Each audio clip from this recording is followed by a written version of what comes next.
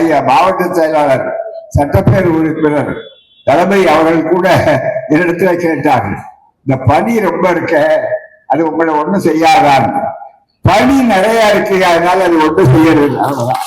உங்களுக்கு பணி எங்களுக்கு பணி, அவ்வளவுதானே தவிர அதுல இப்ப ஏற்கிட்டு இருக்கிற அணி இருக்கிறத அந்த அணி இன்னமும் எங்களை பணி செய்யன்னு சொல்லக்கூடிய அளவிற்கு இருக்கிறது.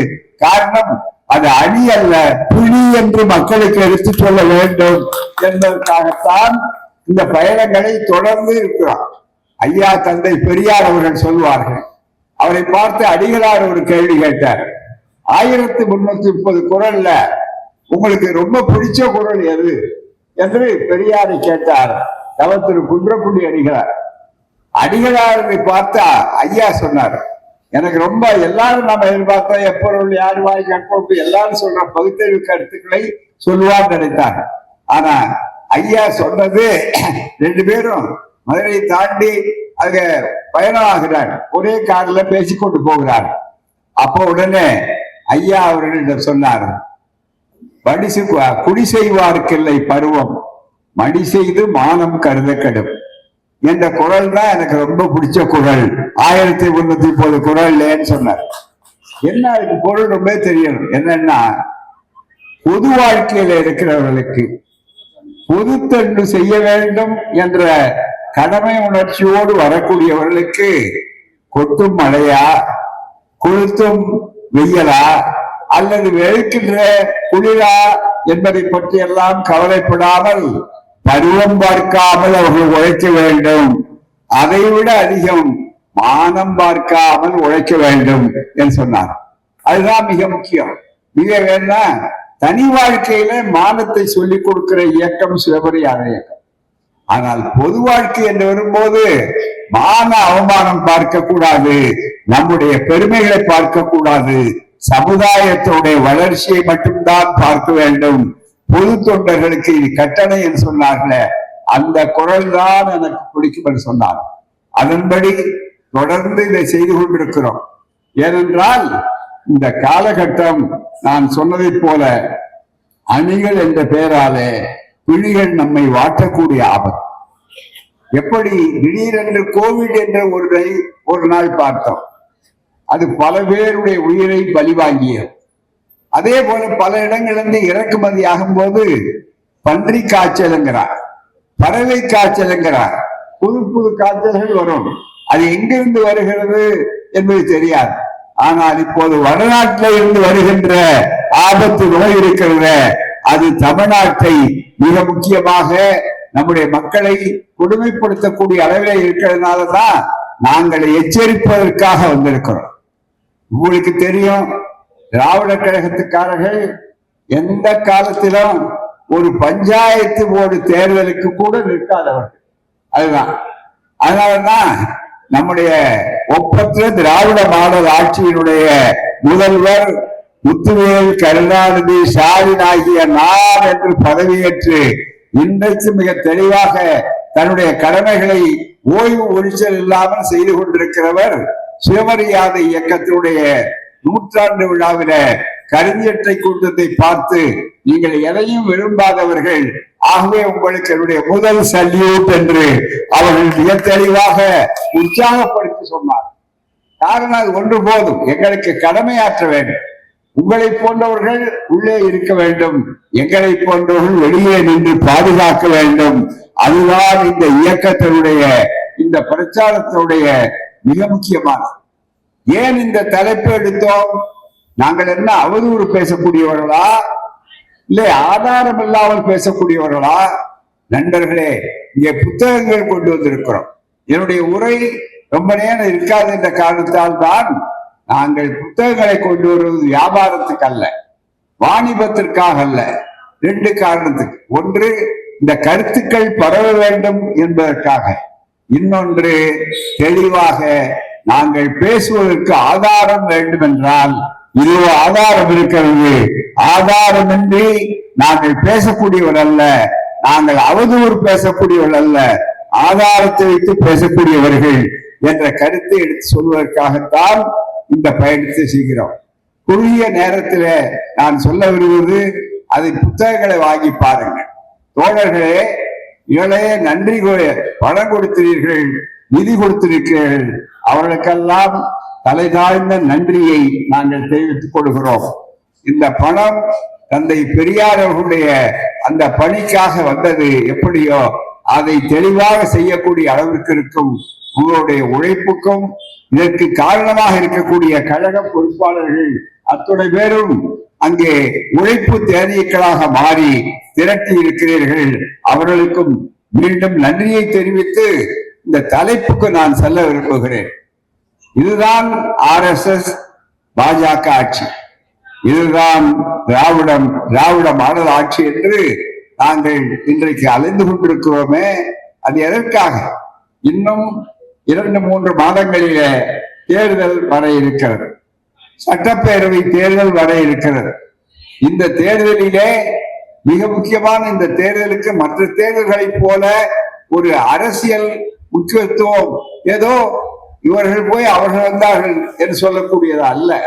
இந்த பிரச்சாரம் என்பது இருக்கிறதே, நம்முடைய நாட்டிலே மிக முறைகேடாக நேரடியாக திராவிட முன்னேற்ற கழகத்தினுடைய தலைமையில இருக்கிற கூட்டணியை அசைக்க முடியாது, இதனை ஒருபோதும் தொட்டு பார்க்க முடியாது, தோற்கடிக்க முடியாது என்ற காரணத்தால் தான் குறுக்கு வழிகளை நினைக்கிறார். நம்முடைய மக்கள் ஏமாந்து விடக்கூடாது என்பதைத்தான் எச்சரிப்பதை போல நாங்கள் இந்த பணியிலே இதை செய்து கொண்டிருக்கிறோம். அதைத்தான் அருள் கூர்ந்து எண்ணி பார்க்க வேண்டும். ஏன் வடக்கிருந்து அவ்வளவு பெரிய முயற்சி? ஏன் இங்கே இருக்கிற விபீஷணர்களை தேடுகிறார்கள்? இங்கே இருக்கிற சுக்ரீவன்களை ஏன் தேடுகிறார்கள்? எண்ணி பார்க்க வேண்டும். மிக முக்கியமாக 2 கொள்கைகள், வித்தியாசமான கொள்கைகள், 2 கொள்கை அடிப்படையில். RSS உடைய கொள்கை என்ன? நன்றாக RSS உடைய கொள்கை மனு தர்மத்தை, ஜாதியை வரக்கூடிய மனு தர்மத்தை அரசியல் சட்டம் வகிக்கின்ற இந்த இடம் இருக்கிறது அல்லவா, இந்த அரசியல் சட்டம், இந்த அரசியல் சட்டத்தினுடைய இடத்தை மனு தர்மம் பெற வேண்டும். இதுதான் சுருக்கமா. இதை விரித்து எத்தனை நாள் வேண்டாலும் பேசலாம். இந்த மனு தர்மம் என்ன சொல்லுகிறது? நம்முடைய நாட்டில் இந்த ஆரம்பத்தில் நமக்கு உகந்ததா, நம்முடைய பண்பாட்டுக்கு உகந்ததா என்று கேட்டால் கிடையாது.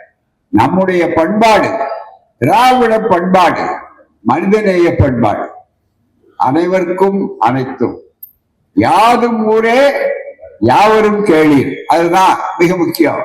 பிறப்பு ஒக்கும் எல்லா உயிர்க்கும், எல்லோரும் சமம், எல்லோருக்கும் இந்த வாய்ப்பு என்று சொல்வது நம்முடைய திராவிடம், தமிழ்நாடு, தமிழ் உணர்வுகள்.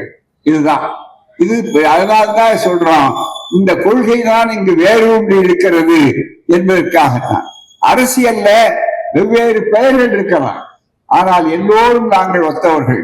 இன்றைக்கு திராவிட முன்னேற்ற கழகத்தினுடைய கூட்டணி ஒப்பற்ற முதல்வர் ஸ்டாலின் அவர்களுடைய தலைமையில அமைந்திருக்கிற இந்த கூட்டணியை பற்றி எல்லாம் செய்து இதை அவரை நீக்கலாம், இவரை நீக்கலாம், அவரை மாத்தலாம், இவரை மாத்தலாம் என்று சொல்லி இருக்கிறார்.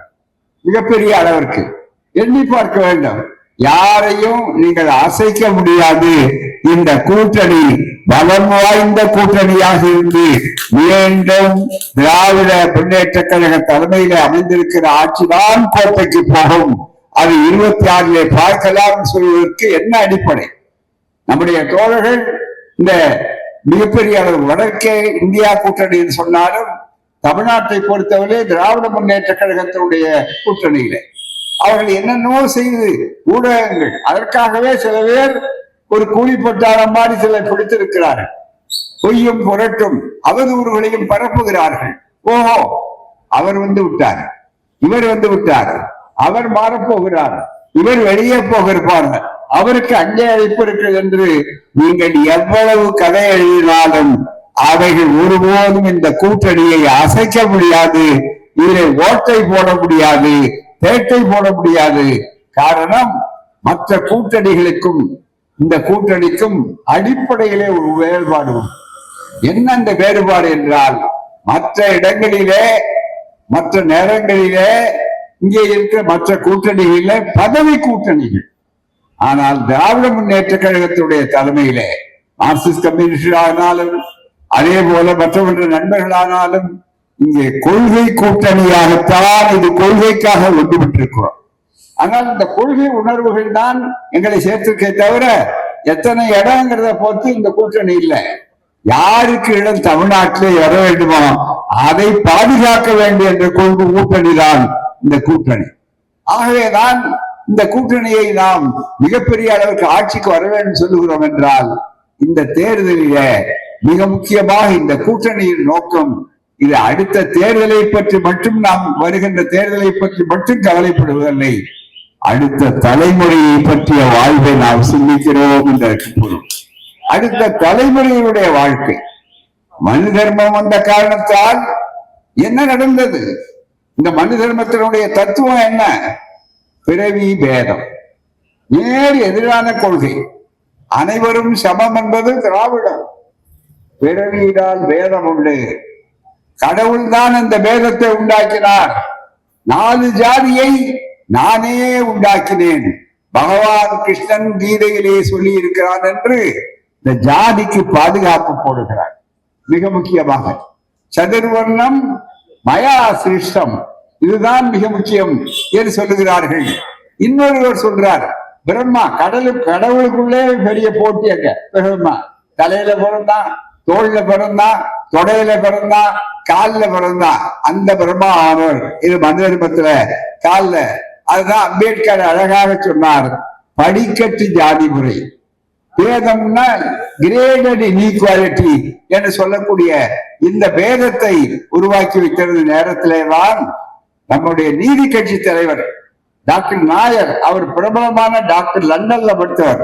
அவர் சொன்னார், ஒரு முறை நல்ல நகைச்சுவை பேச்சாளர் சொன்னார், நானும் லண்டன்ல எவ்வளவோ ஆபரேஷன் பண்ணி இருக்கிறேன், ஆனா இத்தனை நேரத்துல பிறந்த மாதிரி இந்த மாதிரி ஒரு ஆபரேஷன் நான் இதெல்லாம் செய்தவே இல்லை, பார்த்தவே இல்லை என்று அவர் சொன்னார். அப்படிப்பட்ட ஒரு கருத புரடியை கிளப்பி விட்டு அந்த ஜாதியை சொல்லி அந்த ஜாதிக்குள்ளே நம்மை வகைப்படுத்தி அந்த ஜாதிகளை எல்லாம் பிரித்து வைத்து வைத்த நேரத்திலேதான் அவர்களெல்லாம் ஒன்று சேர்ந்து யாதும் ஊரே யாவரும் கேளீர் என்ற தத்துவத்தை உருவாக்கியதற்கு பெயர்தான் திராவிடம். அதை நடைமுறையிலே செய்வதற்குத்தான் நம்முடைய திராவிட மாடல் ஆட்சி. இன்னைக்கு எல்லோரும் சமம் சொன்னாரு. ஏன் பெரியாருடைய பிறந்த நாள் விழாவை சமூக நீதி நாள் என்று கொண்டாட சொன்னார் இன்றைய முதல்வர் அவர்கள்? அதிலே உறுதி எடுத்த போது ஒரே வாக்கியம், அனைவருக்கும் அனைத்தும். இந்த அனைவருக்கும் அனைத்தும் ஏதாவது வேலை இருக்கிறதா? உயர் ஜாதிக்காரர்கள் என்று தங்களை இன்னமும் ஆணவத்தோடு சொல்லிக் கொண்டிருக்கக்கூடிய பார்ப்பவர்களுக்கு கூட, நான் திராவிட சங்கம் வச்சிருக்கேன், நாங்கள் இப்படி இருக்கிறோம் என்றெல்லாம் பேசிக் கொண்டிருக்கக்கூடியவர்களுக்கு கூட அவர்களுக்குரிய பங்கு அவர்களுக்கு. யாருக்கு பட்டினி போடணும்னு சொல்லல, 3% நீ 3% எடுத்துக்கொள். அனைவருக்கும் அனைத்து. இந்த அனைவருக்கும் என்று சொல்லக்கூடிய அளவிற்கு அனைவருக்கும் அனைத்து மட்டுமல்ல, அனைவரையும் அனைத்தும். அதுதான் மிக முக்கியமானது. யாரையும் வேற்றுமைப்படுத்தவில்லை. ஆனால் நீங்கள் எட்டி வகையில் தொடாதே, பார்க்காதே. உலகத்தில் எந்த நாட்டிலாவது சுதந்திரம் பெற்ற நாட்டில், சுயராஜ்யம் பெற்ற நாட்டில் தீண்டாமை மட்டுமல்ல, வெளிநாட்டுக்காரனுக்கு விளக்க முடியல, அங்க கொண்டு போய் இதை உண்டாக்கிட்டார். அதுதான் மிக முக்கியம். அன்டச்சபிலிட்டி, அன்சீயபிலிட்டி, அன்அப்ரோச்சபிலிட்டி. தொடாதவர்கள், பார்க்க கூடாதவர்கள், நெருங்க கூடாதவர்கள், இப்படி ஒரு கோதை வைத்திருந்ததை அழித்து ஒழித்து அதை துடைத்து எறிவதற்காக பிறந்ததுதான் திராவிடம். அதை செயல்படுத்துவதுதான் திராவிடமான. எல்லோரும் படிக்க வேண்டும். சூத்திரனுக்கு எதை கொடுத்தாலும் படிப்பை கொடுக்காதே சொன்னது RSS தத்துவம், மனு தர்மம். ஆகவேதான் இந்த அரசியல் சட்டம், பாபா சாஹேப் அண்ணல் அம்பேத்கர் போன்றவர்கள் எழுதிய இந்த அரசியல் சட்டம், இதிலேயும் பல குறைபாடுகள் உண்டு, இதிலேயும் பல தந்திரங்கள் உண்டு. ஆனால் நோக்கத்தை பற்றி சொல்லுகிற நேரத்தில் முதல்ல எடுத்தோட சொன்னார், பிரியாம்பிள் என்று சொல்லக்கூடியதில் மிக முக்கியமான 5 தத்துவங்களை சொன்னார். இந்த 5ஐயும் ஒழிக்க வேண்டும் என்பதற்காகத்தான் இந்த தேர்தலிலும் சரி, எந்த தேர்தலிலும் மிக முக்கியமாக இருக்கக்கூடிய அளவிற்கு வாய்ப்புகளை உருவாக்கி கொண்டிருக்கிறார். இங்கே சொல்லி இருக்கிறார் மிக முக்கியமான அளவிற்கு எப்படிப்பட்ட அளவிற்கு வாங்குவோம் என்று சொன்னார்.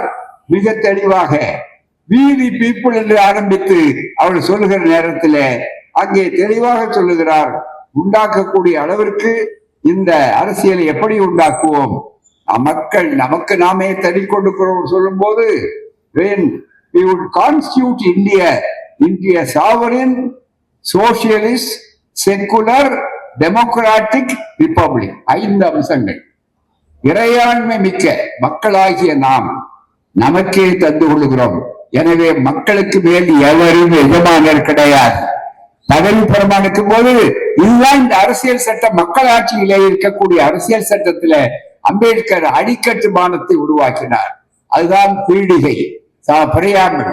We the people, we ourselves என்று solemnly resolve to constitute என்று சொல்லிவிட்டு, இதிலே சொல்லிவிட்டு முதல்ல எடுத்த உடனே இறையாண்மை சாவரின், சோசியலிஸ்ட் சமதர்மம், அடுத்தது செக்குலர் மதச்சார்பின்மை, மூன்றாவது டெமோக்ரசி ஜனநாயகம்.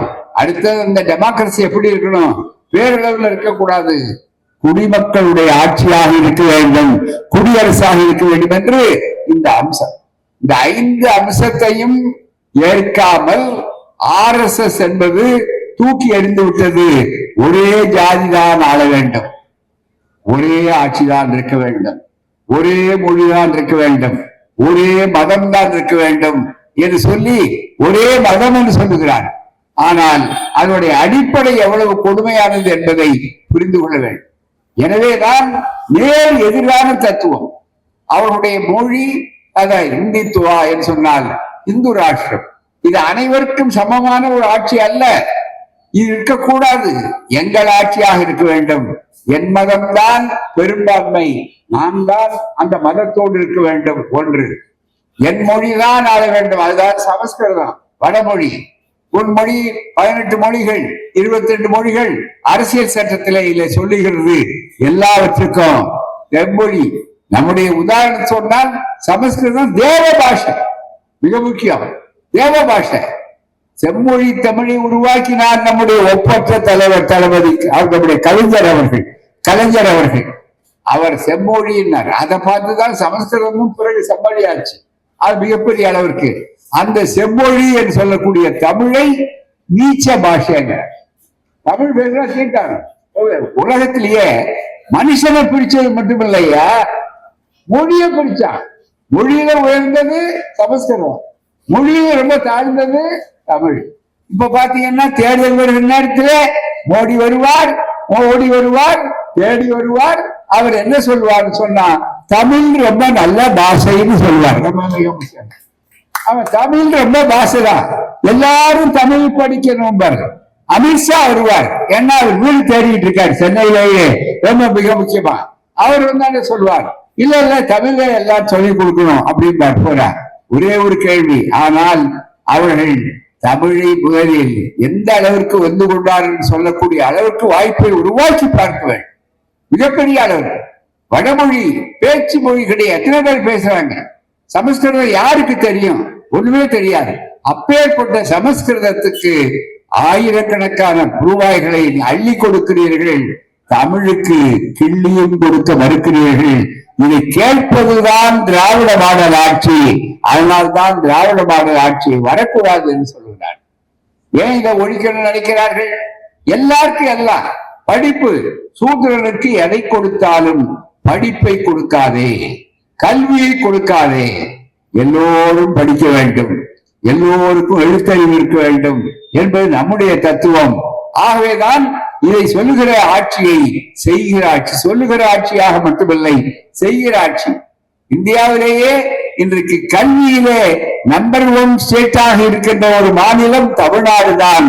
திராவிடம் ஆளக்கூடிய திராவிட மாடல் ஆட்சி தான். உத்தரப்பிரதேசம் எங்கே இருக்கிறது, இந்த மாநிலம் அகண்டவாத மாநிலம் தான். அந்த நிலத்தில அந்த கல்வி வளர்கிறது என்று சொல்லக்கூடிய அளவு. ஒரு காலத்துல மருத்துவம், அதுதானே மிக முக்கியம். டாக்டர்கள், கல்வி, மருத்துவம், உணவு, உடுக்க உடை, இருக்க இடம், எந்த துறையிலும் இந்த ஆட்சிக்கு குறை சொல்லவில்லை. ஆகவே என்ன சொல்ற, அபாண்டமான மிக அவதூறுகள் செய்யக்கூடிய அளவிற்கு வருகிறார்கள். இந்த கொள்கையை அசைக்க வேண்டும் நினைக்கிறார்கள். ஒவ்வொரு இடத்திலும் மிகப்பெரிய அளவிற்கு அவர்களுடைய கொள்கை தங்களுடைய மொழியை வளர்க்க வேண்டும், இந்து ராஷ்டிரம் என்று சொல்லக்கூடிய அதை வளர்க்க வேண்டும் என்று அவர்கள் சொல்லுகிற நேரத்தில் அதனுடைய அடிப்படை தான் அண்மையிலே கூட கிராமப்புறங்களிலே ஏழை எளிய மக்களுக்காக வந்து இருந்த திட்டம், கிராமப்புற மகாத்மா காந்தி கிராமப்புற வேலை வாய்ப்பு உறுதி திட்டம் என்று இருக்கக்கூடிய அந்த திட்டத்தையே தூக்கி எறிந்து விட்டார். அதுக்கு அடுத்து ரொம்ப மிக முக்கியமான RSS உடைய கொள்கையும் இந்த அரசியல் சட்டத்தினுடைய மிக முக்கியமான எதிர்ப்பும் என்னவென்று சொன்னால் நண்பர்களே, திராவிடத்தினுடைய அமைப்பும் இந்தியா பல மாநிலங்களை சேர்ந்த ஒரு கூட்டாட்சி. முதல்ல எடுத்த ஒண்ணுதான் India, that is Bharat shall be a union of states. இதுதான் முதல் இதுல மிக முக்கியம். இந்தியா பல மாநிலங்களை சார்ந்த ஒரு கூட்டாளி. அதுக்கு நேர் எதிராக RSS கொள்கை மாநிலங்களே இருக்கக்கூடாது, மாநிலங்களுடைய தனித்தன்மை இருக்கக்கூடாது, ஒற்றை ஆட்சி தான் இருக்க வேண்டும், நாங்கள் தான் எஜமானர்களாக இருப்போம், நீங்கள் எல்லோரும் அடிமைகளாக இருக்க வேண்டும், நீங்கள் எங்களுக்கு கப்பம் கட்டுவதைப் போல எல்லா உணர்வுகளையும் கொண்டு வார்கள் சொல்கிறார்கள். இது இந்தியாவிலே வலிமையாக எதிர்த்து நாங்கள் ஒருபோதும் உங்களை தலைகுனிய விடமாட்டோம் சொல்லி ஒருவர் துணிச்சலாக சொல்லுகிற ஒரு ஆட்சி திராவிட மாடல் ஆட்சி. அதனுடைய ஒப்பற்ற முதல்வர் ஸ்டாலின் அவர் சொல்கிறார்கள், ஒருபோதும் நீங்கள் என்ன மிரட்டினாலும் எல்ல தொந்தரவு கொடுத்தாலும் நாங்கள் அதை பற்றி கவலைப்பட மாட்டோம், எதிர்த்து நிற்போம் என்று முதுகெலும்போடு இருக்கக்கூடிய ஒரு ஆட்சி. காரணம், இது சுயமரியாதை மண், இது பெரியார் மண், இது பகுத்தறிவு மண், சமூக நீதி வளர்ந்து மற்றவர்களுக்கு இடம் காட்டக்கூடிய மண். ஆகவேதான் நேர் எதிரானது. எப்படி வெளிச்சத்தில் நேர் எதிரானதோ அதுபோல இந்த எதிரானது எப்படியாவது அழிக்க வேண்டும் என்று சொல்லித்தான் இப்ப தேர்தல்ல இந்த வேலைகள் வந்தார். அவங்களுக்கு தெரிஞ்சு போச்சு, கூட்டணிக்கு கதவை திறந்து, முன்கதவை திறந்து, வெளிக்கதவை திறந்து, ஜன்னலை திறந்து எங்கெங்கயோ வாங்க வாங்க நாங்க ஒத்த இடங்களையும் வரல. தெரிஞ்ச உடனே யாரை மிரட்ட இருக்கார்களோ, யார் யார் மேல வழக்கு போட்டு வச்சிருக்கார்களோ அவர்களை மட்டும் சேர்ந்து மிரட்டி மிரட்டி வருகிறாங்க. இப்ப கூட புதுசா யாராவது வந்தா அவரை மிரட்டலாமான்னு பாக்குறாங்க. ஆனா இந்த மிரட்டலுக்கு அஞ்சாத பனங்காட்டு நரிகள் சலசலப்பு கஞ்சாது என்று ஒரு பழமொழி உண்டு. ஆனா நாங்கள் நரிகள் அல்ல, சிங்கங்கள். அதுதான் மிக முக்கியம். உதாரணத்துக்கு தத்துவத்துக்கு அதை சொல்றமே தவிர நரிகள் அங்கதான் இருக்கு, அதுதான் மிக முக்கியம். ஆகவே அவர்கள் என்ன செய்தாலும் நீங்கள் ஒருபோதும் அதை நீங்கள் உங்கள் நோக்கத்தை அடைய முடியாது. அதனாலதான் இங்க என்ன காந்தி பேர் எடுக்கிறது என்னைய அர்த்தம், மாநிலங்களே இருக்கக்கூடாது. மாநிலங்கள் நோ, கோல்வால்கர் அவருடைய தத்துவங்கள் சொல்றாரு, ஒற்றை ஆட்சி தான் இருக்கணும் மிக அளவிற்கு என்று சொல்லுவதில்லை அந்த தத்துவம். எனவே பண்பாட்டு படையெடுப்பு, ஜாதி காப்பாற்றப்பட வேண்டும், பெண்ணடிமை நீக்க வேண்டும். உதாரணத்துக்கு சொல்லுங்கள், பிஜேபியில வேணா பெண்களை ஓட்டுக்காக போட்டிருப்பார்களே தவிர RSSல எந்த பெரிய பொதுப்புக்கும் பெண்களுக்கு இடமில்லை சொல்லட்டும். ஆனா திராவிட முன்னேற்ற கழகம், திராவிட கழகம், திராவிட இயக்கம், கம்யூனிஸ்ட் கட்சி எதுவா இருந்தாலும் இதை முழுக்க முழுக்க இங்கே வேதம் இல்லை, பெண்களுடைய உரிமைக்குத்தான் போராடுவோம் சொல்லி பெண்களுக்கு சொத்துரிமையில இருந்து எல்லா உரிமைகளையும் படிப்புரிமைகளையும் கொடுத்து மேலே உட்கார வைத்திருக்கிற ஆட்சி திராவிடர் ஆட்சி. இதையெல்லாம் பார்த்த உடனே அவர்களால் ஈடுத்துக் கொள்ள முடியவில்லை. மற்ற இடங்கள்ல மிரட்டின உடனே போயிட்டா, பதவியை காட்டின உடனே போயிட்டா, பணத்தை காட்டின உடனே சொல்லிட்டா, அங்கே பஞ்சமே இல்லை. ஆனால் நீங்கள் எதை காட்டினாலும் ஒருபோதும் ஏவாராத கூட்டம் தான் தமிழ்நாட்டில் இருக்கிறது, சுயமரியாதை மண்ணிலே இருக்கிறது. அதை பார்த்த உடனே வேற வழி இல்லை. ஆகவேதான் என்ன செய்கிறார்கள், இப்ப மிரட்டலான்னு நினைக்கிறாங்க, நினைக்காது. அதுதான் புரிந்து கொள்ளும். திரிசூலம், இந்த திரிசூலம் இருக்கு பாருங்க, கடவுள்கள் மத்தியில நட்டு வச்சிருப்பாங்க. அது ஒண்ணும் இல்லை, அது பாட்டுக்கு அசையும். வேரோட சபரிமலையிலேயே பாத்தீங்க, நிறைய தங்க ஓடுன்னு சொல்லி தங்கத்தையே காணாத போறான். இப்ப பெரிய பூசாரியனா முதல்ல கைது பண்ணிட்டு போறான். அதான் கடவுளும் பார்த்துக்கிட்டு தான் இருக்காரு. அவர் தானே தவிர வேற ஒண்ணும் இல்லை. அதனால எதை பற்றியும் கவலை இல்லை. அவர்கிட்ட அன்பு இருந்ததுன்னா அது திரிசூலம் தான் இல்லை. ஆனா இன்றைய அரசாங்கம் மோடி அரசு இருக்கிறது, RSS உடைய உத்தரவுப்படி நடக்கக்கூடிய அரசு. அந்த அரசு என்ன செய்கிறது?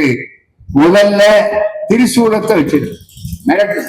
ஒண்ணு திரிசூலத்தினுடைய ஒரு அம்பு எது? இன்கம் டாக்ஸ், வருமானத்துறை. இரண்டாவது குற்றம் என்ன? CBI.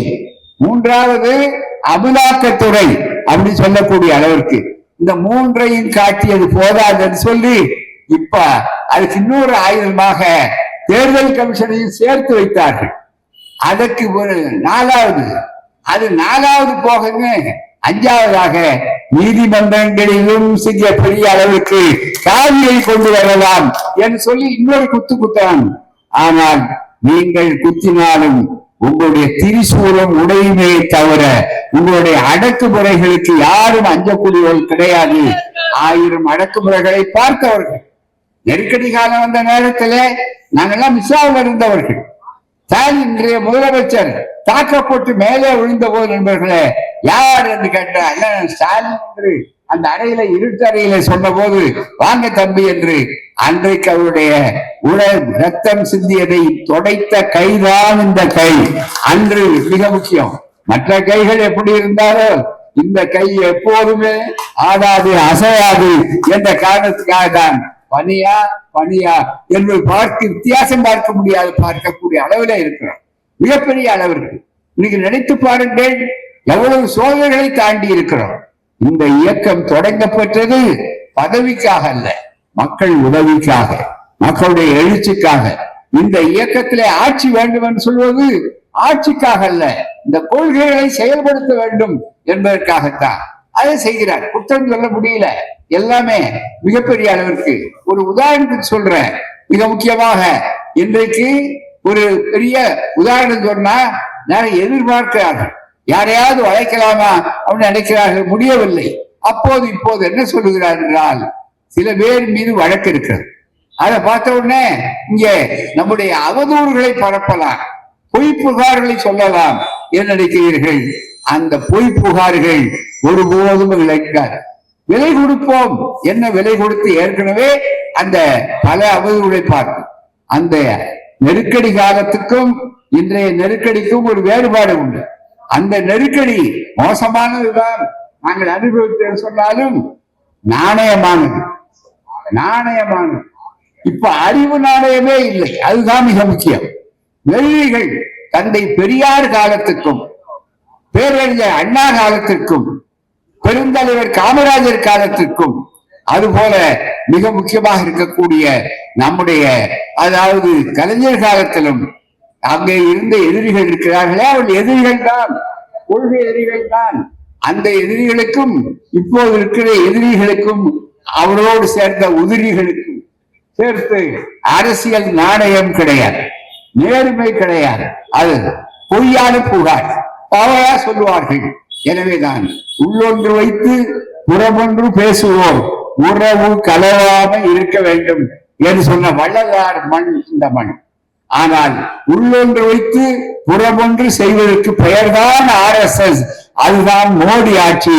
ஆகவே வருவார். மிக முக்கியமா அந்த அரசியல் சட்டத்தை இன்றைக்கு எல்லா வகையிலும் தூக்கி எறிந்து விட்டார்கள்.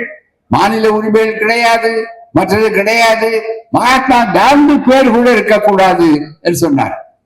காந்தியை கோட்சேக்கு பயிற்சி கொடுத்து கொன்ற ஒரு கூட்டம் இன்றைக்கு மிக முக்கியமாக காந்தி பெயரை கூட ஏற்றுக்கொள்ள தயாரா இல்லை என்று சொல்லுகிறீர்களே, ஏழைகள் பக்கம் இருக்கிற ஆட்சியா? இந்த ஆட்சி ஏழைகளுக்கு எல்லாம் செய்கிறார்கள், மக்களுக்கு வேண்டிய கருத்துக்களை செய்கிறார்கள். இப்போது கூட மிகப்பெரிய அளவிற்கு ஐயோ பொது உண்டா, ரூபாய் உண்டா, வெறும் கரும்பு தானே கொடுக்கிறீர்கள் என்று சில ஆண்டுகளுக்கு முன்னாலே கேட்டவர்கள் இன்றைக்கு ரூபாய் கொடுத்த உடனே வரவேற்க வேண்டாமா, மகிழ வேண்டாமா? ரூபாய் ஐயோ என்ன என்றார். உடனே ஒன்றும் புரியாத தாய்மார்கள் மத்தியிலே போய், அம்மா 3000 உங்களுக்கு கொடுக்குறாங்க, ஆனா அடுத்தபடியா என்ன இருக்கு தெரியுமா, 10 லட்சம் ரூபாய் கடன் இருக்கு, வாங்கிட்டார் அப்படின்னு. கடனை பற்றி இவர் ஏன் கவலைப்படுறார்? நீங்க தான் ஆட்சிக்கு வரப்போறது இல்லை, அது உங்களுக்கு கடனை பற்றி என்ன? மிக முக்கியமா ஒன்றே ஒன்று சொல்லுகிறோம், நாங்கள் பொருளாதார மாணவர்கள். இங்கே பொருளாதாரம் படித்தவர்களுக்கு தெரியும், இது அறிவார்ந்த மாமதுரை. இங்கே இருக்கிற கூட்டம் பணியை பொருட்படுத்தாமல் இருக்க கூட்டம், அறிவார்ந்த கூட்டம். இந்த முறையிலே உங்களுக்கு நான் ஒரு கருத்தை சொல்லுகிறேன். நேரத்தின் நெருக்கடி இருக்கிறது. அதன் காரணமாக ஒரு அரசாங்கத்துக்கு வருவாய் என்னென்ன முறையில் வரணும்? வரி, அதற்கடுத்து வருவாய், டைரக்ட் அண்ட் இன்டைரக்ட் டாக்ஸஸ் என்று சொல்வார்கள். மூன்றாவதாக இருப்பது இருக்கிறத, அதுக்கு தாண்டி அவர்கள் கடன். நான்காவது கிரியேட்டட் மணி என்று சொல்வார்கள், நோட்டடிப்பது. மிக முக்கியமாக அதில கடன் வாங்குவது என்பது இருக்கிறத, தனியார் பொருளாதாரத்துக்கும் அரசு பொருளாதாரத்துக்கும் நேர் எதிரானது. அதை புரிந்து கொள்ளுங்கள். ஒரு பொருளாதார மாணவன் என்ற முறையில நான் இதை விளக்க கடமைப்பட்டிருக்கிறேன். வருவாய்க்குட்பட்டு செலவழி என்று சொல்வது தனியார் பொருளாதாரம், தனி மனிதனுடைய பொருளாதாரம். வருவாய்க்குட்பட்டு செலவழிக்கணும். ஆனால் அரசுடைய தத்துவம், அவங்களுடைய பட்ஜெட், வரவு செலவு திட்டம்னா முதல்ல செலவு, அதற்கேற்ப வரணும். அப்படி வரும்போது வரி வரி போட்ட உடனே வரி ஜனவரி பிப்ரவரி தவிர எல்லாம் வரி என்று சொல்லக்கூடிய அளவுக்கு நீங்கள் சொல்வீர்கள். வரியே போடாமல் இந்த ஆட்சியில் வரையில நடந்து கொண்டிருக்கிறது என்பது ஒரு பக்கத்தில் இருந்தாலும், அந்த கணத்தை புரடைத்து விட்டு என்று சொல்லி இந்த நாட்டை வளப்படுத்துகிறோம். அதனால்தான் உலகம் முழுவதும் இருக்கிற தொழில்கோர்கள் எல்லாம் இங்கே வந்து தங்களுடைய தொழிலை ஆரம்பிக்க வேண்டும் என்று சொல்லுகிறார்கள்.